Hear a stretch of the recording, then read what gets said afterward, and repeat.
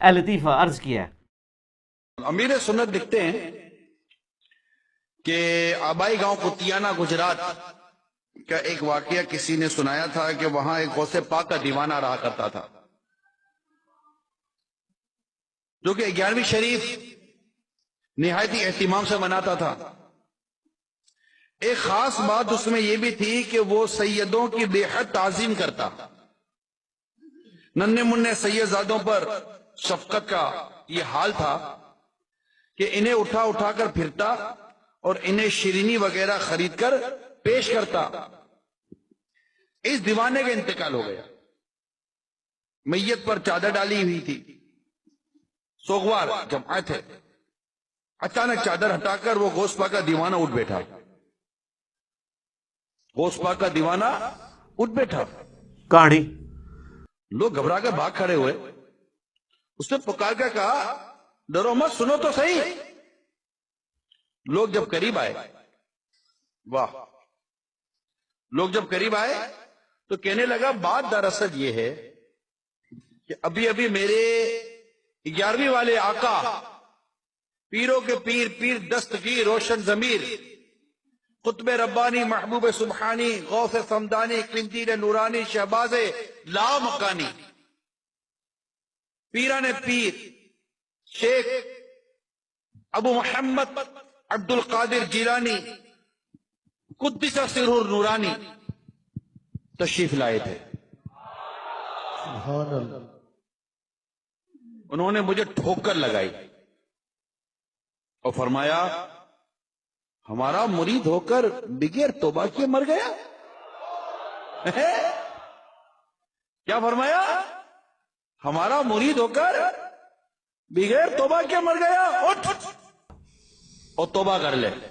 کہانی الحمدللہ عز و جل، مجھ میں روح لوٹ آئی ہے تاکہ میں توبہ کر لوں۔ اتنا کہنے کے بعد دیوانے نے اپنے تمام گناہوں سے توبہ کی اور کلمہ پاک کا ورد کرنے لگا۔ پھر اچانک اس کا سر ایک طرف ڈھلک گیا اور اس کا انتقال ہو گیا۔ نبی علیہ السلام نے پیچھے چھٹ گئے۔ اللہ کا ریپرزینٹیٹیو دنیا میں کون؟ پیغمبر۔ نبی علیہ السلام کو تو یہ کہا جا رہا ہے اپنے آپ کو آپ ہلاک کر لو گے اس غم سے کہ لوگ ایمان نہیں لا رہے، ٹھیک ہے؟ آپ کا تو کام صرف دعوت دینا ہے، جس کی مرضی قبول کرے نہ کرے۔ جو نبی غم سے ہلاک ہو رہا ہے اپنے آپ کو، فَلَعَلَّكَ بَاخِعٌ نَفْسَكَ عَلَىٰ آثَارِهِمْ إِن لَّمْ يُؤْمِنُوا بِهَٰذَا الْحَدِيثِ أَسَفًا، سورۃ الکہف کے شروع میں آتا ہے۔ دنیا بقدر ایفرٹ اللہ نے رکھی ہے، نگاہ مار کے کچھ بھی نہیں ہونا۔ نگاہ مار کے ہوتا تو سب سے پہلے ابو لہب کو حضور کلمہ پڑھاتے، حضور کا چچا تھا، سب سے بڑی ہرڈل بنا ہوا تھا۔ نگاہ کیا مانی؟ تبت یدا ابی لہب وتب نازل ہو گئی ہے، قیامت تک پڑھی جا رہی ہے، ٹوٹ جان تیرے ہاتھ، بدوائیں۔ اس طرح نہیں ہونا میرے بھائی، دنیا بقدر ایفرٹ ہے۔ بخاری اور مسلم دونوں میں حدیث ہے کہ نبی علیہ السلام کا ایک غلام تھا مدعم، جو سواری کا کجاوا کسا کرتا تھا، آپ کو سفر و ضم میں وضو کروایا کرتا تھا۔ خیبر کے موقع پہ ایک نامعلوم تیر اسے لگا اور وہ شہید ہو گیا۔ صحابہ نے کہا یہ تو سیدھا جنتی ہے۔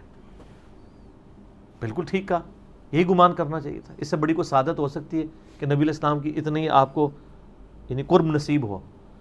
نبی صلی اللہ علیہ وآلہ وسلم نے فرمایا تم اسے جنت کی بشارت سنا رہے ہو، اور مجھے اللہ نے دکھایا کہ اس نے مال غنیمت میں سے صرف ایک چادر چوری کی تھی جو آگ کی اس کے اوپر ڈال دی گئی ہے۔ اسی وقت صحابہ اپنے گھروں میں دوڑے، اور حدیث کے الفاظ ہیں کہ اگر کسی نے ایک چھوٹی سی رسی بھی یہ کہہ کے مال غنیمت میں سے اٹھا لی تھی کہ خیر ہے اس کی کیا ورتھ ہے، میں اس کو بغیر اجازت کے گھر لے جاؤں، وہ رسی بھی لا کے رکھتی۔ یہی تو صحابہ کرام کا فرق تھا، سمعنا واطعنا، سنتے تھے اطاعت اختیار کر لیتے تھے۔ یہی فرق ہے صحابی میں اور وابی میں، اور یہی فرق ہے صحابی میں اور بابی میں۔ اسی تو ہم کہتے ہیں کہ نہ میں وابی نہ میں بابی، میں ہوں مسلم علمی کتابی۔ صحابی تو ہونے کا ہم دعویٰ نہیں کر سکتے، اس کے ایکویلنٹ ہم نے اس دور کے لیے علمی کتابی یعنی مسلم ہونا چاہیے بندے کو۔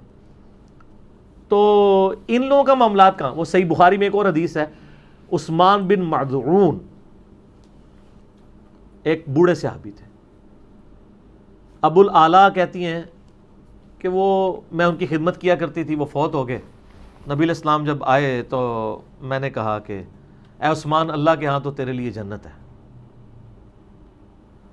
نبی علیہ السلام نے فرمایا کہ ام الاعلیٰ تمہیں کس طرح پتہ چل گیا کہ یہ جنت میں ہے؟ ہائے ہائے ہائے ہائے ہائے. اس کا جواب پتہ کیا بنتا تھا آج کے دور میں کہ یا رسول اللہ علیہ وسلم آپ کی امت کے تو ادنا ادنا اولیاء علم غیب جانتے ہیں, کشف القبور جانتے ہیں, جنت و دوزخ کے فیصلے کرتے ہیں, تو میں تو آپ کی صحابی ہوں, میں تو اولیاء کی سردار ہوں, میرے پاؤں کی خاک بھی اولیاء سے افضل ہے, تو مجھے نہیں پتہ چلے گا نا. اس زمانے کے عقیدے ہوندے ہی نہیں سن. ہائے ہائے ہائے ہائے, یہی ہوتا ہے نا. وہ ام العلا کہتی ہے میں اتنی شرمندہ ہوئی اور اتنی پریشان ہو گئی, اور نبی علیہ السلام نے اس پہ اکتفا نہیں کیا. آپ نے فرمایا اس کے بارے میں تمہیں کیسے پتہ چل گیا؟ حالانکہ میں اللہ کا رسول ہوں, مجھے نہیں پتا میرے ساتھ کیا ہونے والا ہے. ہائے ہائے ہائے ہائے سر, کیا بات ہے. امام الموحدین صلی اللہ علیہ وآلہ وسلم, یہی عقیدہ ہوگا جس کو خدا کا تعارف ہوگا. عقل نہ ہوئے تے موجیں ہی موجاں, عقل ہوئے تے سوچیں ہی سوچاں. جس کی عقل ہوگی نا اس کو یہ سوچ آئے گی, جس کو عقل نہیں موجیں مارتا رہے. وہ بے شک کہتا رہے جو میرے سلسلے میں مرید ہوا انشاءاللہ میں اس کو جنت میں ساتھ لے کے جاؤں گا. فرمایا مجھے اپنے رب کے عزت و جلال کی قسم میرا قدم اس وقت تک جنت کو نہیں اٹھے گا جب تک میں اپنے سارے مریدوں کو جنت میں داخل نہ کروا لوں. وہ اللہ کی مرضی ہے جس کو بھیجے. تو سیدہ ام اعلیٰ کہتی ہے کہ میں نے اس دن کے بعد نیت کی کہ میں کبھی کسی کے بارے میں نہیں کہا کروں گی کہ فلاں جنتی ہے. ہائے ہائے ہائے سر, یہ بڑا خطرناک معاملہ ہے. یہ لوگ تو پتہ نہیں کیا, اسی لیے ہم کہتے ہیں بابوں کا خدا اور کتابوں کا خدا اور. وہ صحیح بخاری میں 3617, صحیح مسلم میں 7040 اور مشکات میں 5898. یہ بہت کریٹیکل چیز ہے. انس ابن مالک کہتے ہیں رضی اللہ تعالیٰ عنہ کہ ایک شخص عیسائیوں میں سے مسلمان ہوا اور آپ صلی اللہ علیہ وسلم نے اسے اپنا اسسٹنٹ رکھ لیا, منشی کے طور پر کاتب وحی رکھ لیا. اس نے سورۃ البقرہ اور سورہ آل عمران خود حضور سے پڑھی صلی اللہ علیہ وسلم. وہ اتنا امپریس ہوا کہ مسلمان ہوا, پھر آپ کا کاتب وحی بن گیا. تو آپ صلی اللہ علیہ وسلم کے لیے وہ وحی لکھا کرتا تھا. پھر اس پہ تقدیر غالب آئی, کچھ عرصے بعد وہ شخص مرتد ہو گیا اور کرسچن سے جا ملا, اور وہاں جا کے اس نے کہنا شروع کر دیا کہ محمد صلی اللہ علیہ وسلم تو نعوذ باللہ ان کو تو کچھ پتہ نہیں ہے, جو میں لکھ دیتا ہوں نا یہ وہی مسلمان سمجھ رہے ہوتے ہیں. وَلِعَاذُ بِاللَّهِ تَعَالَى. ظاہر ہے آپ امی تو تھے, اس میں تو کوئی شک نہیں ہے, لیکن آپ صلی اللہ علیہ وسلم جب وہی لکھواتے تھے پھر وہاں سے پڑھواتے تھے, پھر اس کو خود جو ہے وہ اتھینٹیکیٹ کرتے تھے. کوئی ایک بندہ تو نہیں ہوتا تھا, پبلکلی ایسا ہوتا تھا. تو اس نے یہ بات کرنی شروع کی کہ جو میں لکھ دیتا ہوں وہی ہوتی ہے. اسی دوران وہ مر گیا. آپ صلی اللہ علیہ وسلم نے فرمایا کہ زمین اسے قبول نہیں کرے گی. اللہ اکبر, بہت بڑی پروفیسی تھی. اس کے ساتھیوں نے اسے زمین میں دفنایا, صبح لاش باہر پڑی ہوئی. پھر انہوں نے کہا یہ ہو سکتا ہے حضور کے صحابہ نے بدلہ اتارا ہو, اس کی لاش باہر نکالی ہو, حالانکہ ان کی تو یہ تربیت ہی نہیں ہوئی تھی. انہوں نے کافی گہری قبر کھودی اور اس کو دوبارہ دفنایا. صبح اٹھے پھر لاش باہر پڑی ہوئی تھی. تیسرے دن انہوں نے اتنی گہری قبر کھودی کہ جتنی کھود سکتے تھے, سمجھ لیں پانی نکلنے تک کی, اور اسے دفنا دیا. پھر صبح اٹھے پھر لاش باہر پڑی تھی. پھر لوگوں کو یقین آ گیا کہ یہ کوئی اللہ تعالیٰ کی طرف سے ہی غیبی معاملہ ہو رہا ہے.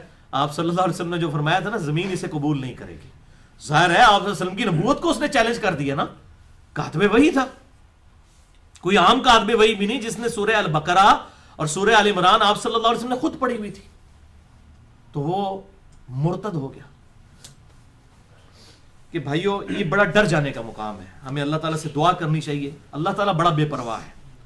یعنی کاتب وحی ہونا اگر کوئی ٹائٹل ہے اور اس ٹائٹل سے کوئی فائدہ ہونا ہوتا تو اس شخص کو ہو جاتا, جس کی لاش ہی اٹھا کے بڑے مار دی گئی. یعنی اللہ تعالیٰ آپ صلی اللہ علیہ وسلم کی اس خدمت کرنے کی برکت سے اس کو بچا لیتا کہ وہ مرتد نہ ہوتا, یہ غلط حرکتیں نہ کرتا. لیکن ایسا نہیں ہوا. اس پہ ایسی تقدیر غالب آئی, جو اس نے برے کام کیے اس کا وہ بال اسے چکنا پڑا. اس لیے ہمیں اللہ تعالیٰ سے دعا کرنی چاہیے, اللہم من احییتہ منا فاحییہ علی الاسلام ومن توفیتہ منا فتوفہ علی الایمان, آمین. اللہم اجرنا من النار, اللہم اجرنا من النار, اللہم اجرنا من النار.